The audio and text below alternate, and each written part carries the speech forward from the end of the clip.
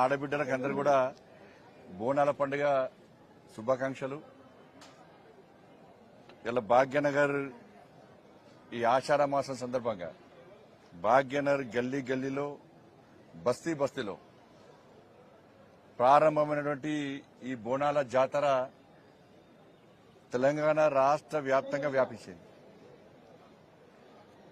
తెలంగాణ రాష్ట్ర వ్యాప్తంగా కూడా ఇలా బోనాల పండుగను ఒక భక్తియుత ధార్మిక వాతావరణంలో నిర్వహించుకుంటా ఉన్నారు. భాగ్యనగర్లో కూడా ఒక పండుగ వాతావరణం. అన్ని కుటుంబాలు కలిసి ఒక బస్తీలో సామూహికంగా ఆ తల్లికి బోనం సమర్పించడం, మన కష్టాలు తీరుతాయని చెప్పి ఒక విశ్వాసం, నమ్మకం ఇలా హిందూ సమాజం లోపల, హిందూ భక్తుల లోపల ఉంది. కాబట్టే ఇవాళ ఈ పండుగ వాతావరణం నెలకొంది. ఇలా బోనం అంటే అమ్మవారికి నైవేద్యం.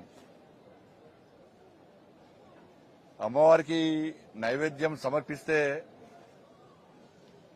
ఇవాళ కష్టాలు తీరుతాయని చెప్పి ఒక నమ్మకం, విశ్వాసం. దాంతో ముఖ్యంగా ఈ భాగ్యనగర్లో ఇవాళ మూసీనతోని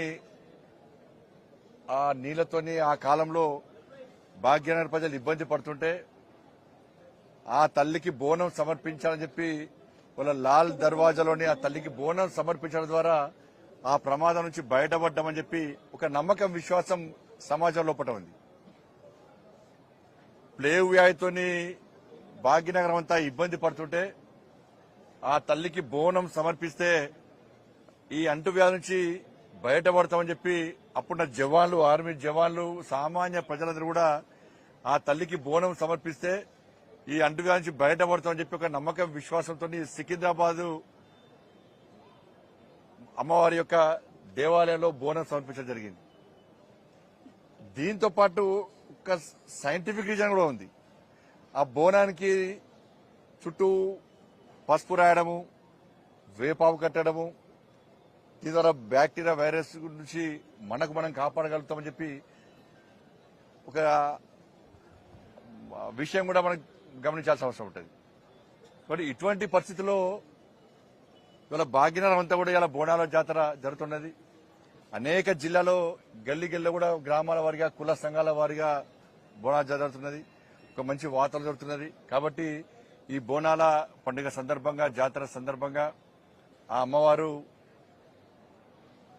ప్రజలను కాపాడాలని చెప్పి ఆ తల్లిని నమ్ముకునే విధంగా బోనం సమర్పిస్తున్నామో ఆ తల్లి కరుణా కటాక్షాలు అందించాలని చెప్పి, ఒక మంచి సమాజ నిర్మాణం జరగాలని చెప్పి, అందరి కష్టాలు తొలగిపోవాలని చెప్పి, అందరూ ఆయుర ఆరోగ్యాలతో సుఖ సంతోషాలతో జీవించే విధంగా ఉండాలని చెప్పి ఆ అమ్మవారిని ప్రార్థిస్తున్నాను. కానీ ఇంకా ఘనంగా జరుపుకునే అవకాశం ఉంది. పాపం ఇంతకుముందే ఒక భక్తుడు చెప్తున్నాడు, సామాన్య భక్తుడు వచ్చి, కోమటివాడ, యాకుత్పుర, చావడి ఆ ప్రాంతాల్లో ఇప్పుడు కూడా బోనాల పండుగ జరుపుకునే పరిస్థితి లేదు, అడ్డుకుంటా ఉన్నారు. మా పండుగలు మేము జరుపుకునే పరిస్థితి ఇలా పాత బస్తీలో లేదు. మా పండుగలు జరుపుకునే అవకాశం ఉందా లేదా, జరుపుకొనిస్తారా లేదా అని చెప్పి పేరు బాధపడే పరిస్థితి. మేము ఇతర ప్రాంతాల్లో బోనాల పండుగ జరిపితే పోయే పరిస్థితి వచ్చింది. మాకు ధైర్యంగా బతికే పరిస్థితి లేదు మాకు అని చెప్పి చెప్తా ఉన్నారు. కోమటి వారికి సంబంధించి ఒక భక్తులు వచ్చి నేను చెప్పిన వచ్చేది మన ప్రభుత్వమే. యాకుత్పుర, కోమటివాడ, ఈ వాడ ఆ వాడ కాదు, పాత బస్తీ, ఈ బస్తీ ఆ బస్తీ కాదు, గల్లీ గల్లీలో, బస్తీ బస్తీలో బోనాల పండుగను అధికారికంగా ఘనంగా జరుపుకునే అవకాశం రావాలంటే ఇక్కడ హిందూ సమాజం గురించి ఆలోచించే ప్రభుత్వం, అన్ని వర్గాలను సమానంగా చూడాలని చెప్పి కూడా ఆలోచించే ప్రభుత్వం ఇక్కడ ఏర్పడాలి. తప్పకుండా మన ప్రభుత్వం వస్తుంది. మీరు ప్రశాంతంగా పండుగ ధైర్యంగా పండుగ జరుపుకునే అవకాశం కల్పిస్తామని చెప్పడం. ఎందుకంటే ప్రభుత్వాలు మారుతున్నాయి, కానీ ఈ వివక్షత, ఈ సంతుష్టీకరణ మాత్రం ఇక్కడ అవుతలేదు. అలా బాత బస్తీలో బోనాల పండుగ నిర్వహించడానికి 24 దేవాలయాలు గమనించి ఒక దేవాలయ కమిటీ ఉంది. ఇవాళ కేవలము 8 దేవాలయాల పేరుతోని 5 లక్షల రూపాయలు ఇచ్చింది ప్రభుత్వం. 5 లక్షలు, 5 लाख 5 lakhs ప్రభుత్వం చాలా గొప్పగా ఇచ్చింది. 5 లక్షల రూపాయలు పిచ్చమేస్తుంది. ఇప్పుడు ప్రభుత్వం మారింది, కానీ హిందువులు అడుక్కునే పరిస్థితి ఇంకా ఉన్నది. హిందూ సమాజం ఆలోచించాలి. బోనాల పండుగకు వచ్చి పేపర్లకు ఫోజులు ఇచ్చి ఘనంగా చెప్పుకోవడం కాదు, ఆ తల్లికి, ఆ తల్లి సేవలో ఉన్నటువంటి సమాజానికి ఏ విధంగా సౌకర్యాలు కల్పిస్తున్నాం, ఏ విధంగా భక్తులందరూ ఘనంగా నిర్వహించే అవకాశం కల్పిస్తామని చెప్పి పాలకుల మనసుకు తెలిసి ఉండాలి. ఒకసారి ఆత్మవిమర్శ చేసుకోవాలి. 33 కోట్ల రూపాయలు రంజాన్కి ఇచ్చారు. అడిగినావా మేమన్నా? 33 కోట్ల రూపాయలు రంజాన్కి ఇచ్చారు మీరు. ఇవాళ 33 కోట్ల రూపాయలు. హైదరాబాద్ బోనాల పండుగ ఇచ్చింది 5 లక్షల రూపాయలు, 5 lakhs 5 lakhs 33 crores వాళ్ళ రంజాన్కి ఇచ్చారు. వద్దలే, ఇచ్చుకోరి, ఇంకా 10 కోట్లు ఇచ్చుకోరి. కానీ ఇందులో ఏం పాపం చేసిన వాళ్ళ తెలంగాణలో రంజాన్ పండుగ మాదిరిగానే గణేష్ ఉత్సవాలు జరుపుకుంటారు కదా, భవానీ ఉత్సవాలు జరుపుకుంటారు కదా, హనుమాన్ జయంతి ఉత్సవాలు జరుపుకుంటారు కదా, బోనాల పండుగ జరుపుకుంటారు కదా, శ్రీ వెంకటేశ్వర స్వామి ఉత్సవాలు జరుపుకుంటారు కదా, అనేక పండుగలు జరుపుకుంటారు కదా. ఇచ్చింది ఎంత? చిప్ప చేతికిచ్చింది. వాళ్ళ అడుక్కునే పరిస్థితి. ఇలా భాగ్యలక్ష్మి అమ్మవారు చాలా పవర్ఫుల్ టెంపుల్. ఏమిచ్చారు? భాగ్యలక్ష్మి అమ్మవారు ఒక భారతీయ జనతా పార్టీకో లేకపోతే ఇంకో మా నాయకులకా గుడి చెప్పినా, గతంలో చెప్పినా మళ్ళీ చెప్తున్నా. భారతీయ జనతా పార్టీ ప్రభుత్వం ఇక్కడ ఏర్పడిన వెంటనే మేము చేసేది ఈ భాగ్యలక్ష్మి అమ్మవారిని గోల్డెన్ టెంపుల్ గా మారుస్తాం, పక్కా మారుస్తాం, గోల్డెన్ టెంపుల్ గా మారుస్తాం. దాన్ని అనుమానం వద్దాలి. అంతకు చెప్పినా మళ్ళీ చెప్తున్నా. అంటే 33 కోట్ల రూపాయలు రంజాన్కి ఇచ్చారు. ఇబ్బందులు ఇచ్చుకోండి, కానీ మాకెందుకు ఏరియాలా అడుక్కోవాలి. ఇది నేను మాట్లాడితే మొదట తోమంటాను. ఇప్పుడు 2,40,00,000 రూపాయలు అసెంబ్లీ సాక్షిగా ప్రభుత్వం చెప్పింది. కొంచెమన్నా ఆలోచన ఉండాలి. తబ్లికే జమాతే ఇస్లామాట తెలంగాణకు సేవ చేశారు. ఏమన్నా తెలంగాణలో ముస్లిం సమాజాన్ని, ముస్లింలో ఉన్న పేదల వర్గాన్ని ఆదుకునే ప్రయత్నం చేసింది జమాతే తబ్లిక్ ఇస్లామీ ఆర్గనైజేషన్. అది ఇతర దేశాల్లో నిషేధింపబడిన సంస్థ. అది సరే, ఇక్కడికి వచ్చి ఇలా ముస్లిం సమాజాన్ని, ముస్లిం పేదలను ఆదుకునే ప్రయత్నం చేసింది. ఈ పాత బస్తికి ముస్లిం పేదలకు సేవ చేసిరు అంటే మీరు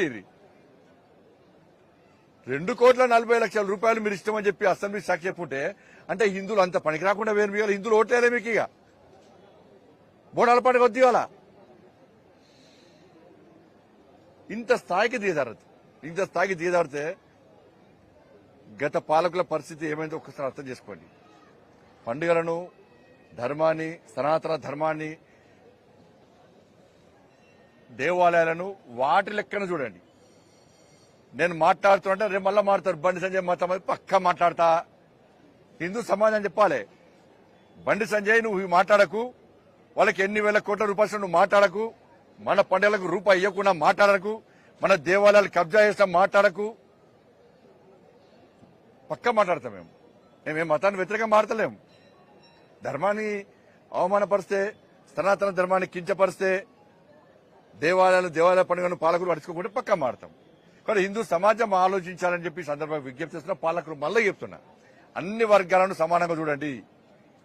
హిందువుల పరిస్థితి బిచ్చ బతుకు ఏకండి, అడుక్కునే పరిస్థితి తీసుకురాకండి.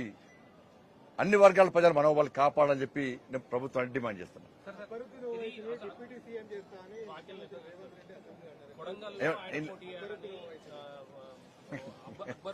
ఎవరన్నారు?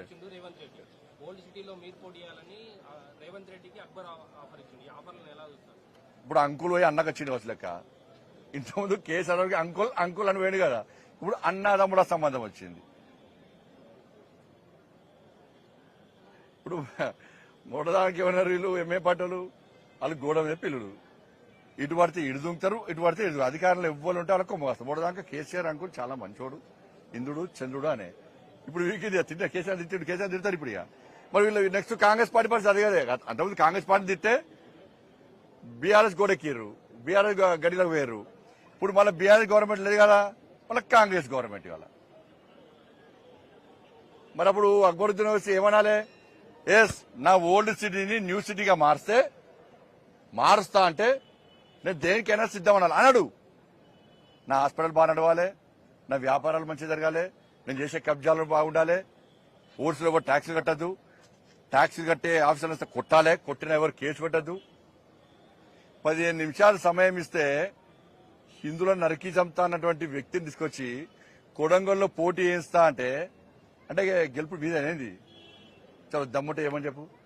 మేము అందరం కూర్చొని నిర్ణయించుకొని మా పార్టీని నిర్ణయించుకొని కొడంగల్లో గిట్లా అక్బరుద్దీన్ వేసి పోటీ చేస్తే డిపాజిట్ రాకుండా చేసే బాధ్యత మాది. ఖతర్నాక్ అభ్యర్థులు నిలబడతాం మేము. ఒక్కొక్క యువకుడు ఒక్కొక్క ఇంటికి ఇన్ఛార్జిగా వస్తాడు. స్వచ్ఛందంగా వచ్చే పరిస్థితి తెలంగాణ రాష్ట్రంలో. ఒక్కొక్క యువకుడు కొడంగల్లో ఒక్కొక్క ఇంటికి